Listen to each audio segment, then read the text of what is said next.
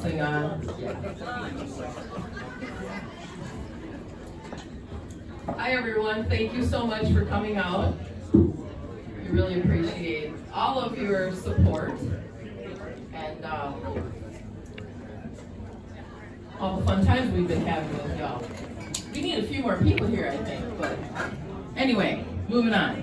Our first award is going out to Steve Nipper Barrette, and his presenter is the infamous Bill Whelan. If Bill would want to come up and give his little 2 cents worth about Steve, appreciate that. Steve, are you ready to accept your award? You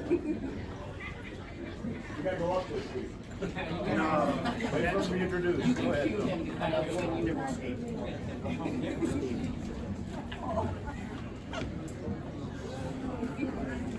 Check, 1, 2, check.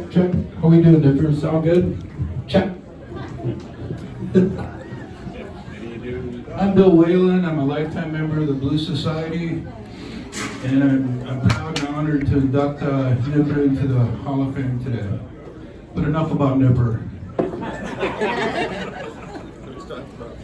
No, I'll be brief. I'll be really quick here because we all know that Nipper will have a long-winded accepted speech. But I'd like to start out talking about things you might not know about Nipper. Before this week, how many people knew his name was Steve? I'd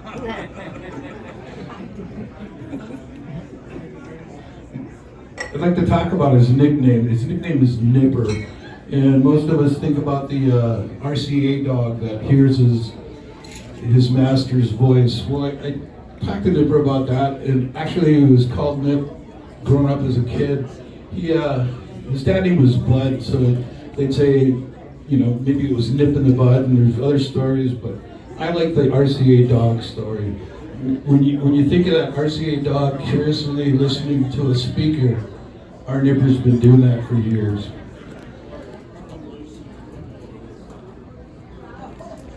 I imagine there's a sound guy in every town called Nipper.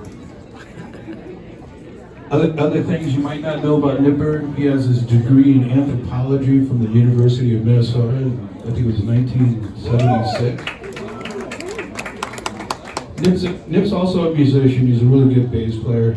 In 1965, he started with some guys in junior high. And then later on, when he got into high school, he bought a Gretsch from B-Sharp Music. You guys remember that place? And then I think it was in the early 70s, maybe 1970, he bought a Fender Mustang bass. I think he still has it. He's been playing bass ever since. Nip's been playing in bands for a long time. One of the most notables was Straight Shot. He used to play down at Bunkers and play around town. And he was in a band called Lunatics. I think there were a bunch of guys that used to jam together a lot, and they put together a band.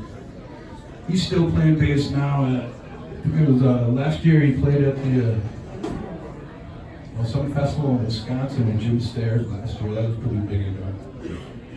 In 1987, Nipper started a company called Niptron Systems. It was a sound and light company that he started after he was done with the last band he was in. I found this online. I was looking through the archives of Mix magazine, and there was I found a little blurb in there about Niptron.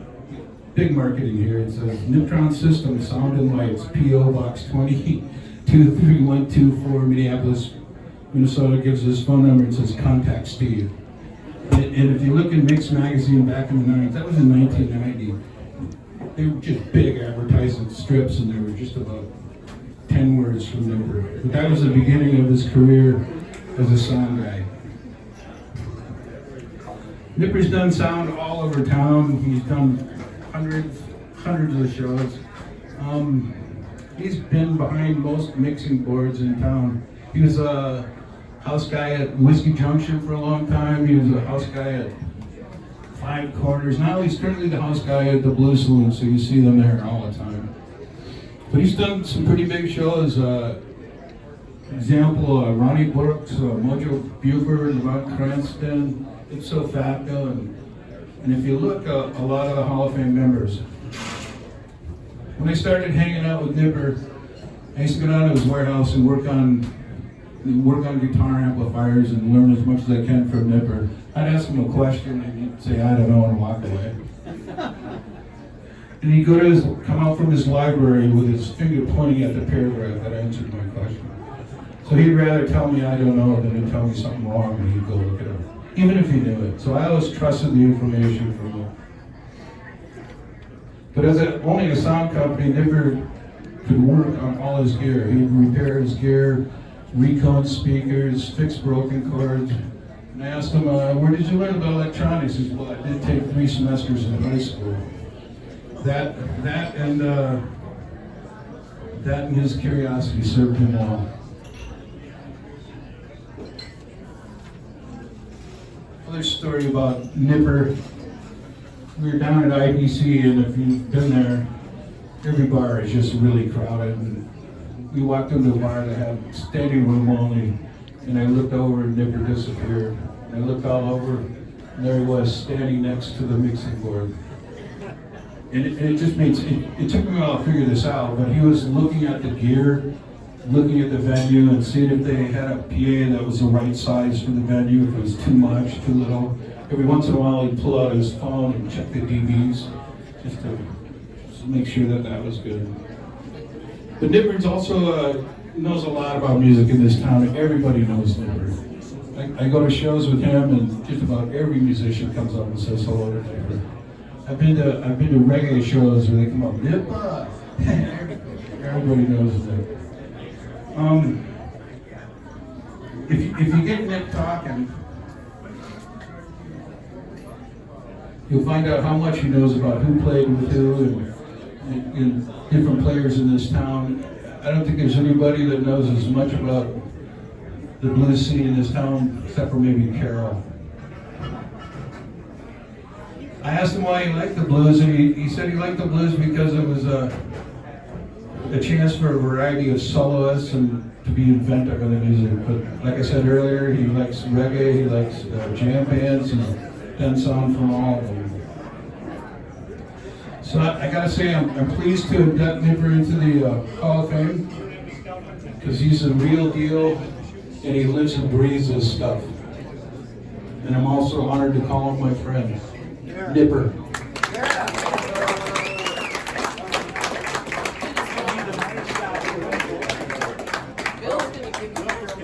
Oh, you're the presenter. This is the money shot here. Money shot. Thank you.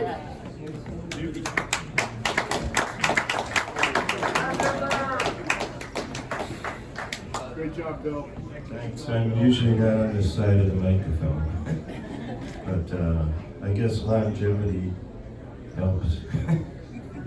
And there's a lot of dead people that probably should have got this kind of award. Thanks for everything.